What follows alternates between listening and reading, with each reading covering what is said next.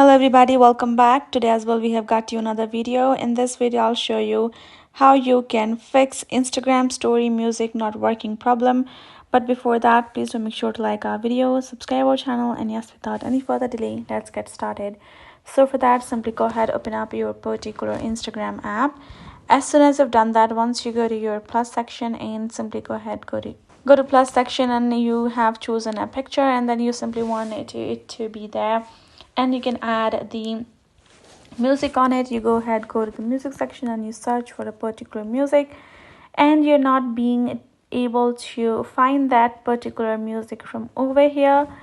That could be, there are plenty of reasons that could happen. First thing first is because that song is simply not available in your region. So there are so many songs, like so many singers around the world, and they sometimes they release in their own pop on countries or some regions selectively, and you might not be able to see that song if that song is simply not global. Okay, that could be one of the reasons why you're not being able to check out that song. Or that could be you have simply not updated your app, and that is why you're having those kind of concern. So you're gonna go to App Store, you're gonna go ahead and search up Instagram. As soon as you do that, your Instagram will pop up right over here, and you can see if it shows update or not.